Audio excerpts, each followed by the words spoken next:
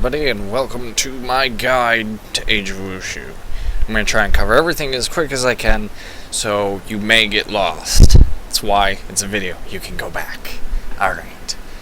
Now, the one that confuses most starting players is cultivation, because it is a little bit confusing, and you have to think about it differently. This isn't like other MMOs that you're used to, where experience is straight to levels. Everything's broken apart. You have to level skills, and you have to level your internal. Think of your internal as your class-based skill. And the most important thing, because it sets your stats. So, we're going to hit stats first, and then I'll get to cultivation. Because, just because you're level 23 doesn't necessarily mean you're going to be really good. It's a very skill-based game as well, and we'll get to that. Starting with stats. Here is your general character layout, and as you can see there are some stats on the side here. Brawn is generally your external damage. Now think of external as your melee damage. You hit someone with a stick, you hit someone with your bare hands, there's no mystical force behind it. Posture is going to be, as you can see, your external hit points, so a little extra damage there. Evasion, your dodging, your ranged attacks. Think of it as dexterity, that's the shortest way for your usual. Breath. Breath is going to be, I guess, more of your mana pool. As you can see, it adds, max energy, 120 points. Energy is your mana pool. And you're going to find that some words in this game are a little misused, and you'll see different words that mean the same thing. So don't worry about that stuff. You'll figure it out, and I'll help you.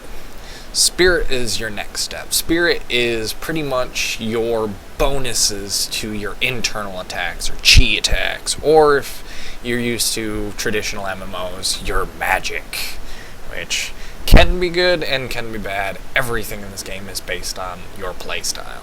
Stamina, of course, is your toughness, your max HP, and how fast it recovers. So that's important. And these under here just show you the generic, the base stats of what you get from these in these categories. Evasion, resilience, blocking, and external defense. On the next page, you'll see it says power. These are your damage bonuses. And as you can see, you have your melee, accuracy, your critical hit, and your range damage. Underneath is all of your magic bonuses, which this is something where it gets a little convoluted. Be prepared, because here comes a meat sandwich full of information. Because even though they give you these stats here, and it's damage, accuracy, critical hit, and of course your internal skill defense, your ability to parry, which is basically blocking. I don't know why they call it parrying. You never really get any special move where you can grab their arm and snap it when they punch at you. But that's rough. Now down here you're seeing internal defense, and you're thinking, holy crap, that's a lot of stuff. This is where the problem comes down to. You have to think about it as magic, and these are your elements. Hard being your rough attacks. These are your energy attacks, are strictly hard energy. Soft is another form of this magic. These are all different elements. As a beggar, as you can see, I'm still dancing around as a beggar, I use hard and yang. So another beggar hits me, I'll take less damage. Some use soft and yin, some use soft, yang, and it's all intermixed in between. And to build up that kind of defense, you need special items. As you can see, you got your usual items, but they all come with different stats. Some are more for external, and some are for more internal. So think of it, weapons versus magic. A pretty simple system. So that's your stats, as short as I can lay it out. I will do a more detailed on that if you guys want a more detailed description of how the stats work and how everything works. So now that you kind of get the idea of how the stats interplay, we're going to move towards skills and cultivation. This is where most new players' brains explode. So here's your skill book, and you can see there's lots of tabs. So to shorten this out, I'm only going to cover the first two tabs. These three tabs are your flying skills, your arrays, which are like your group buffs that you work together with, and then your meridians, which is a whole nother video of chaos that we're not going to hit today. So here we go. We'll start with your internals. See, right now I have 3 different internals. The first internal is the one you get when you initially start the game. And as you can see by the numbers, the stats are really, really low. And you don't really want to level this. There's some reasons to level this, but they're very small. I put some levels into it just to get a very specific title. And there's achievements and titles that you'll unlock from doing specific things, like leveling this to level 20. But the stats are so horrible that you really don't want to use it. But you can see underneath, as I explain the stats, you've got your HP, your energy, you've got yin and softness. See, there's one of those damage mixes. And then you see the Taiji attributes. I'm not 100% sure what the Taiji applies to exactly, but there are some skills that say Taiji damage. But you don't see that in your stats, so I'm not sure if there's any defense for it. It could be more external damage for all I know. So, I'm not a master at this game, but not many people have mastered it because it's so in-depth. Alright, now to move on to your class 1. If you're a beggar, your first one you get is Mental Skill of Leisure. And as you can see here, the stats are completely different, and you'll see there's 2. And this will help you out a lot, and I failed to explain a second ago, but here we go. You see the brawn dexterity. Dexterity is posture. See, yet again, 2 names for the same thing. But you'll see here you have the white and then you have the yellow. The white pertains to what you have as base stats. These are stats you're given for leveling this up. The yellow, on the other hand, is your item stats. So you can have 48 in addition to 72 brawn with item buffs. So, easy thing to know. Top is your stats, bottom is the maximum amount you can have in item stats. The blue numbers will be filled in when you have items that have those stats to the maximum of 72. If you have 76, you would be wasting 4 in your brawn. So, that's how your stats work. You level this up through cultivation. Cultivation is a complex system that gets many new players very discombobulated, so let me just lay cultivation out in the shortest way possible and give it to you as soft as I can. Even though it does get complex, you'll understand it. Alright, you'll see up here, this is my cultivation menu, your little meditating guy. Right now he's glowing because I am cultivating a skill, but if you click on it, I'll get rid of that in the background, you have these 3 options and a whole bunch of stuff going on here. You're like, whoa, okay, it's a lot going on. It's pretty simple. So it'll tell you the skill that you're leveling, which for me is Mental Skill of Leisure. The level of the skill that you are, I believe that is the skill level you're currently working on, so I'm working on 24. It'll say level it's at, and you assume you're running the next level. The group it belongs to, which is Strong as Yang, and that's why its skills are hard as Yang, as you can see, is yet again word confusion, but they mean hard as Yang.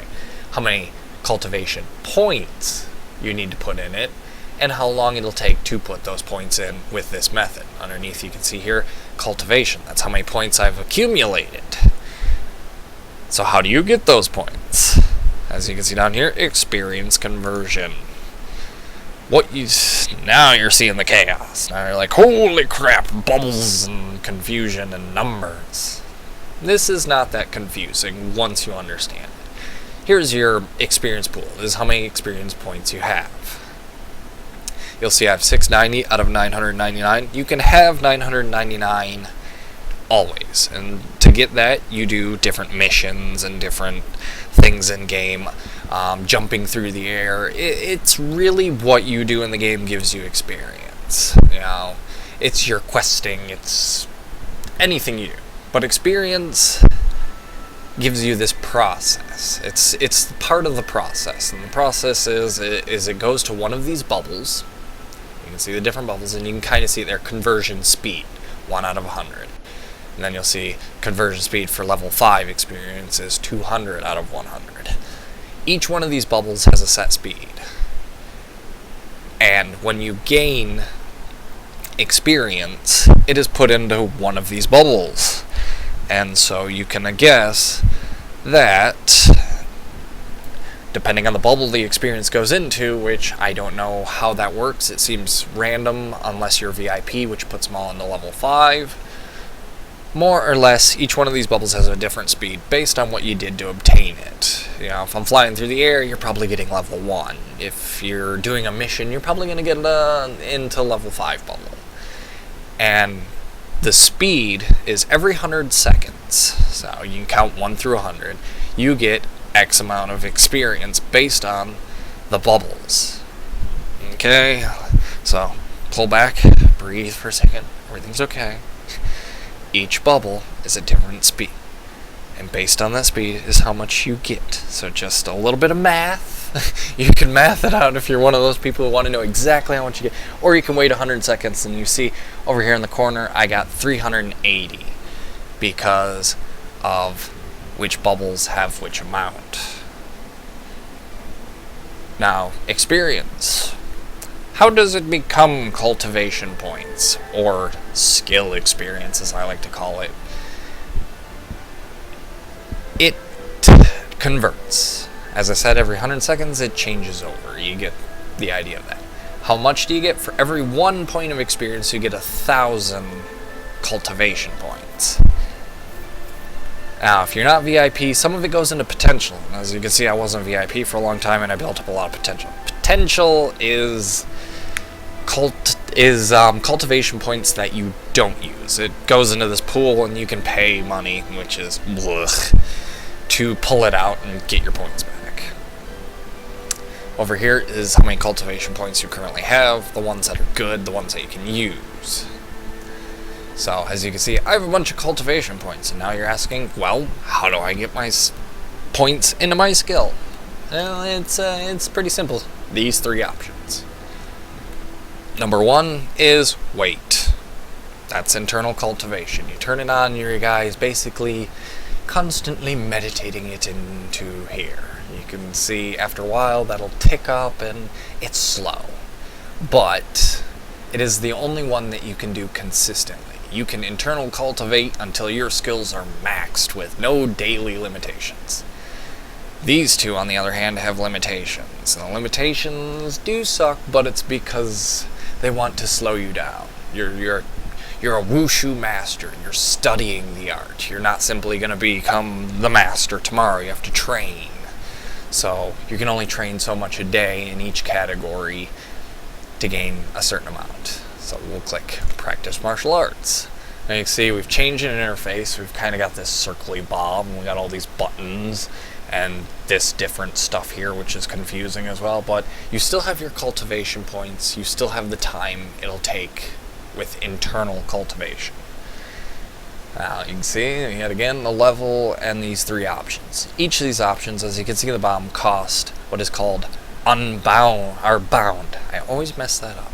Bound money. This is NPC money. You can't use it to trade with other players. You can only buy stuff with NPCs from it. It's your everything but other players' money. And you can use this only a certain amount of times, and you can see there's varying prices.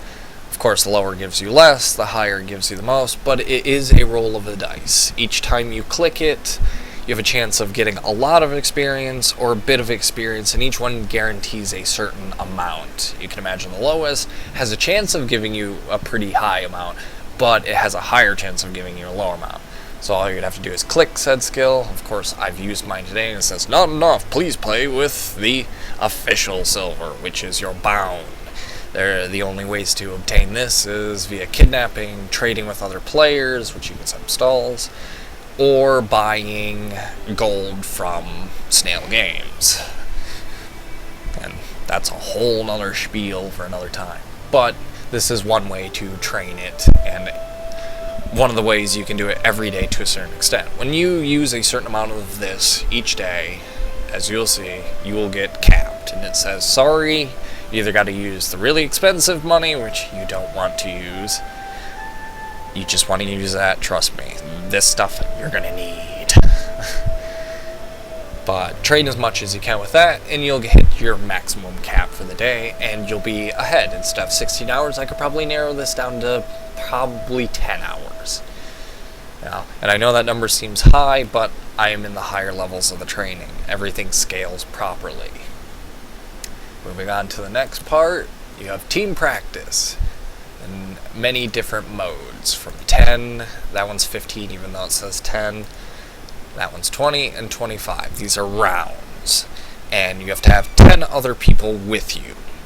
And basically, you play a short game of Dance Dance Revolution, Wushu style, where you're training with other people, and you each take your turn. So every person takes at least one turn, depending on the round. In this one, most people would take 2 turns, and then the first 5 people in your group would take 3 turns.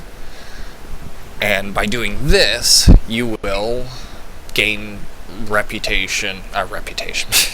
cultivation points, and put it directly into your skill really swiftly. But yet again, you have a daily limit, and as you can see, it's 100. It's your fatigue bar. Oh, practicing, it's so fatiguing, especially in a group. You can do roughly, about 40 rounds, so a 25 rounder and a 15 rounder, and that'll get you 100%. The rough average of cultivation points you will put into your skill is somewhere between 100,000 and somewhere just eking into 160,000.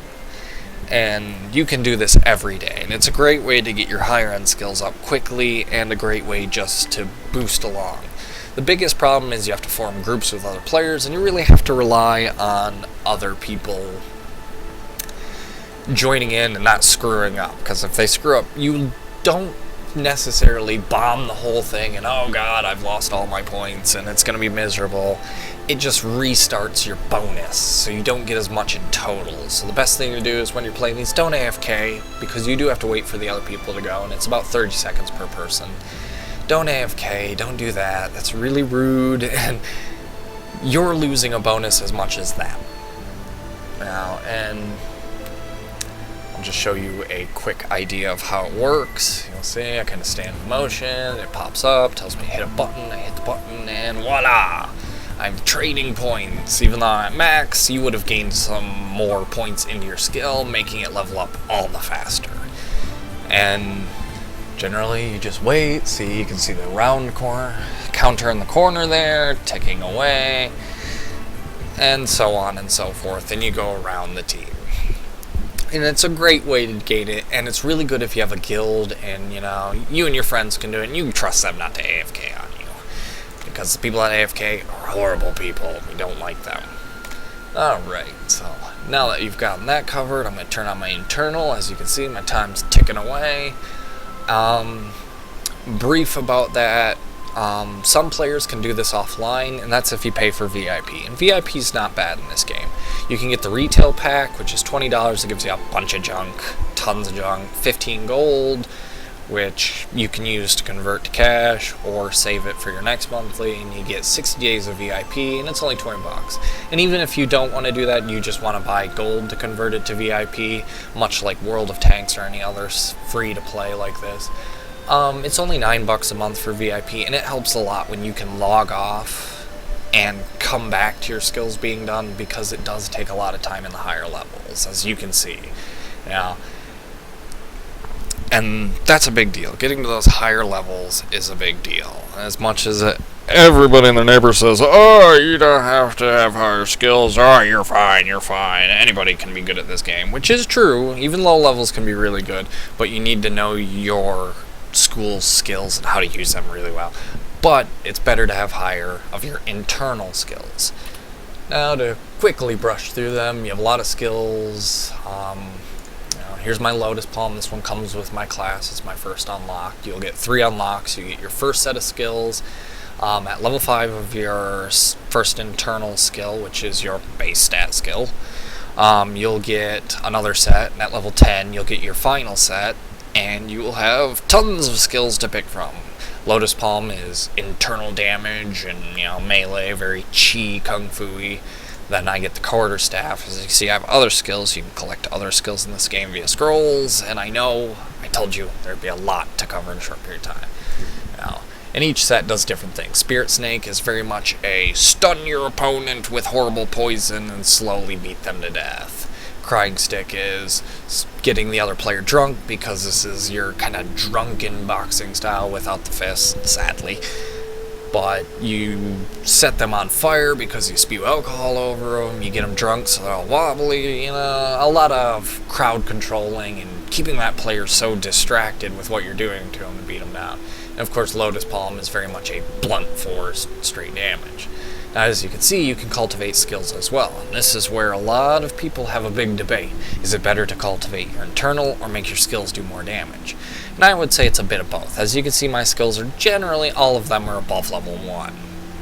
And don't take my word for it, don't listen to me, it's all by choice, but in the beginning, I would do your internals just to get the skill sets up and level some of them up. So when you have to do PvP, which is a big deal, you can at least put up a valiant effort, or at least be a good support for a group of people who are putting up a valiant effort.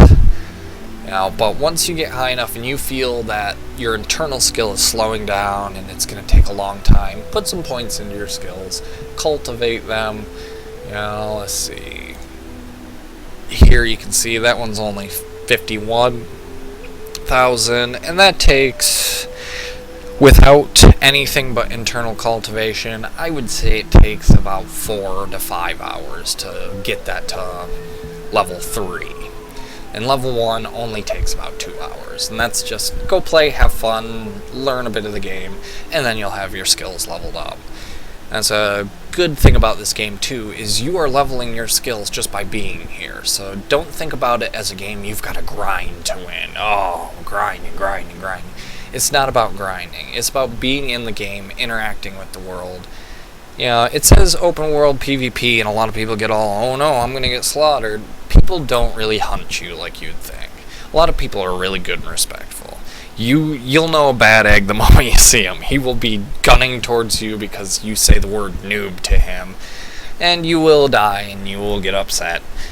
But don't take that in account of your experience. Get in a guild, meet friends, play with friends. The more people that are with you, the better the game will get. And don't get too wrapped up into cultivation and getting your skills super high and super hard. It's really, there's a method to its madness. You've got to play the game in a really simplistic manner. I'm walking around. There we go, now I'm running. You can see people around. They're all over the place. You will see spammers, sorry. Just report and blacklist helps a lot. I'll give you a rough example if I can find a person.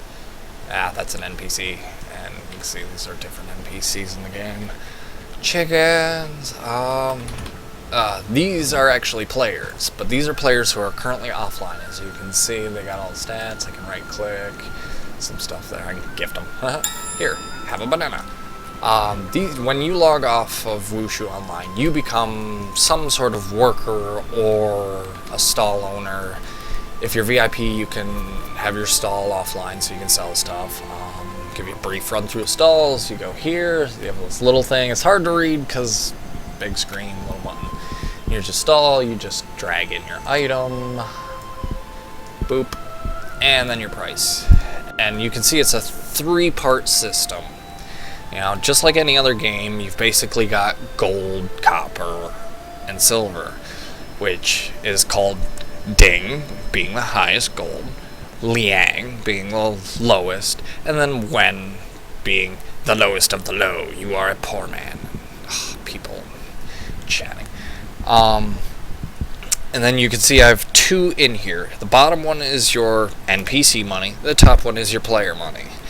I know, separation, it's a pain. We generally basically say bound, unbound, silver, and teals. Teals is, of course, the player money. As you can see, I don't have a lot of it because each school has rules, and as I said before, kidnapping is a way to make money, and that's bad. And I'm a good guy. Can't do it. So when picking your school, make sure to look it up so you know what you can and can't do.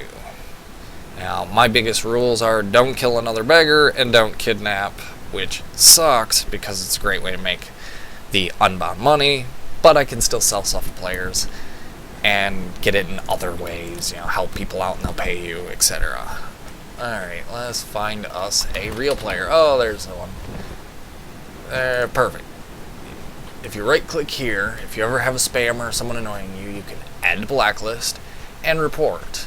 And you'll see spammers here and there. Just report them and add them to your blacklist. When they're on the blacklist, they can't PM you, you won't even see their messages in chat. It's pretty much like they're now being, given the cold shoulder. Alright, now a little bit more on cultivation. I'm going to show you in just a second here if I can get to it somewhat quickly. Of course, flying skills, you get those in mini instances, which we'll cover in another video because this is the basics, bare basics, vastly explained. Consider this an advanced noob guide. Oh, come on. Come on. I guess a little slow. Let's see. Flying skills give you all kinds of nifty tricks. Like I can triple jump, and I can do that dash. There's bunches of them, and the best ones, of course, are hard to collect because people don't like to sell them for cheap. Alright, you'll see here is a forest. Now, each different school, each different skill set has a sacred place. Think of it as the area that best supports it. Where would you meditate on the skills of, being swift and fluid? You'd go somewhere watery. Here, I want to be hard as wood, strong and stalwart. So I'd go to a forest. And as you can see there, the time went down, and it now says fast forest because I'm in a forest. And there's plenty of different places. I would get more out of snow because of the skill I'm currently leveling up. I don't know why exactly. I try to think poetically about it and try to do the same, and you'll probably be close. You'll get a higher percentage. When you're in these areas, and your internal cultivation will go faster. And the amounts are 10 and 20%. This one gives me 10. If I was in a snowy kind of biome, it would give me 20%. But here I get 10%, and that saves me a bit of time. So if you're unable to get VIP and you just want to leave your character AFK, pick a spot that's best for yours. And you can find that information online as well, or you can ask around other people in your guild via our guild or school.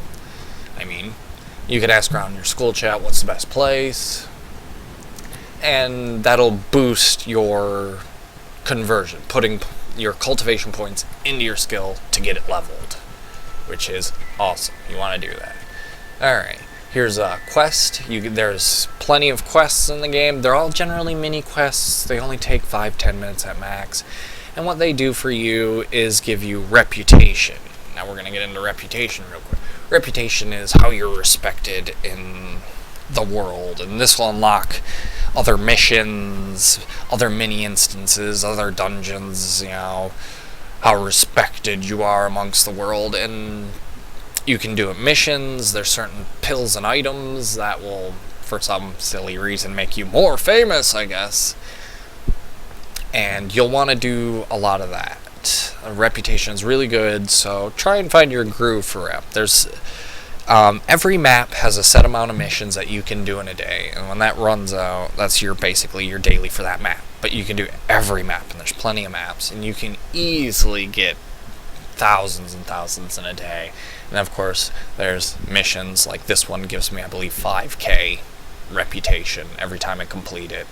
But it's one of those one-a-day things. You'll see a lot of daily stuff in this game. It's very casual at the moment. And don't be pushed away by that. There's so much stuff to do when it comes to the PvP and the player interaction side that even though you'll run out of your daily bonus stuff, there's still plenty to do. As you can see, there's players dueling over here. And as you can see, the symbol above their head, they're patrolling the school to keep spies out. And you can go spy on other schools, which I'll give you the rough layout of that real quick too, since this is the tutorial. This is how you get school tickets, which will help you get to your second internal by collecting them. Every time you catch a spy, you'll get 1 ticket, which will accumulate when you're doing it a lot. As you can see here, I get 2 skills. The first one, if they did really bad on their spying, it'll reveal them. If not, it takes 2 to 3 tries to get them revealed. This one, you have to buy a special item, it'll reveal them instantly. And of course, once they're revealed, of course they're going to be angry at you and they're going to fight you, and it turns into a nice PvP battle. And spy is kind of the opposite. You walk up to these figures here, and they give you one of 3 options. The third option just gets rid of the NPCs that might have caught you, which is really rare. But the first one, it'll look like that option, but the first one will get you one chunk of information, one scroll, and have a very low chance of failure. And if you fail, it gives you a boost the next time you do it. And then the second option that you'll get in the little square that'll be there has a chance of getting 3, but if you fail, it paralyzes you for 30 seconds, reveals you as a spy, and can be the doom of you. So patience when spying is a virtue. And you'll be looking for these kind of people in different schools. And to give you an idea, you'd go to the Royal Guard here, and you can see the map here. Right there, your secret inquiries, and Jianghu is like your spy master. He'll set you up with the mission. And then you go, up here into the Royal Guard sect and look for those scouting guys. And try not to get caught by other players, which is the difficult part. And that's the roughest run through I can do of spying. Now, what you can do in a day. You just hit N on your keyboard, and it gives you, this is the short list. These are your quick missions, some of them are specific times, some of them you can go AC, patrol, spy, tournaments, which is just like a quick duel with another player. You can get reputation, cultivation boosters, which increase how much. See how I have 380, if I use one, it'll bump it up to like 400. And then you've got random arena, generally same thing. Bounty notices, if someone's been too bad, you can go hunt them down and nail them for some bonus things like money and other stuff. Rescuing and kidnapping. Kidnapping, I said, evil. You get a powder that knocks out one of those sleepy players, the NPCs that are offline, aka your character possibly. You walk up, use the power, turns them into a bag, you take the bag, and you take it to any NPC that runs a store, like the tavern or the jewelry maker, and pray someone else doesn't knock you out, aka rescue the kidnapper. And then you get some teals for it if you're lucky, and it depends on the player you kidnap. If you kidnap someone who just came into the game, you're not going to get much. If you manage to find a player who's really got crazy stats and all this stuff, you're going to get a bunch of money. And as you can see, this list is basically your daily stuff. As you see, daily events, novice tasks, see school spy, Jianghu factions, which are mini instances. You fight a couple guys, then you fight a boss, and if you complete them 6 times, you'll get that special box, which has some good loot in it. And as you can see here, there's different information, like it says there, Jianghu nobody level 2, which you can get to really quickly. Your relationships, say if you've done it so much that they hate your guts. Now, these guys aren't exactly pleased, but they aren't exactly mad at me. Stash tells you what's in it. These are the very basic flying skills that I currently have. And then they have these special, these are the hidden secret skills. And then when you read that book, you'll unlock the skill, and you'll have a new skill. It's all like this one here, the Mantis flips the card. This is one of those that I had found at... Yeah, that one. And that's pretty much what you do in a day. Oh, and I did not cover instances. Instances are your bigger instances. These are your 20-minute to 3-hour kind of things, your big raids. Generally, it's got multiple bosses and multiple mini fights and different things to do. As you can see, these are your bosses. And when you beat it, you get a lot of stuff, a lot of reputation, a lot of good items, but there's higher requirements for it. And you go down to main restrictions. Here you go. See, you need to form a team, 6 people max. Lowest level requires untapped potential. Now, if you're confused, well, where do I find untapped potential and stuff like that? You just hit C. Well, I bound it to C, but you go to your character setup, and it'll say strength. I'm one with nature, and it's based off of your internal. So I believe you'll get to untapped potential at level 16, either 15 or 16 on your first eternal skill. And then you'll be able to do this instance and get better loot and better stuff, but it will take longer and it requires a good team, as any general instance would. It's good to go with people you know, because then you don't get so much chaos. These are just, more information. And yeah, I know it's long-winded. I know the guide's been possibly confusing for some people, but I tried to cover all the basics that I could for you. If you need any more information, if you want me to make another video, just let me know in the comments below. And good luck in the Age of Wushu. Thank you, and good luck with everything. Goodbye.